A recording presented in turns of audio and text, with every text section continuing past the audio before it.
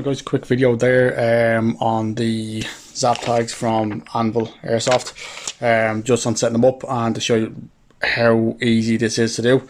That's on the ZAP tags there. Following this, I'll have a description run you through how to actually set them and put them on. These are the Mk2 versions, so they do stick to metal, as you can see on the metal mag, or onto polymer, as I have done on my rifle mags there. These are really great idea. Get on board with them. They're fantastic for any kind of lost kit, losing mags. If you're anybody like me, you won't go into a scam show coming out with losing something. So definitely worthwhile. Pick them up.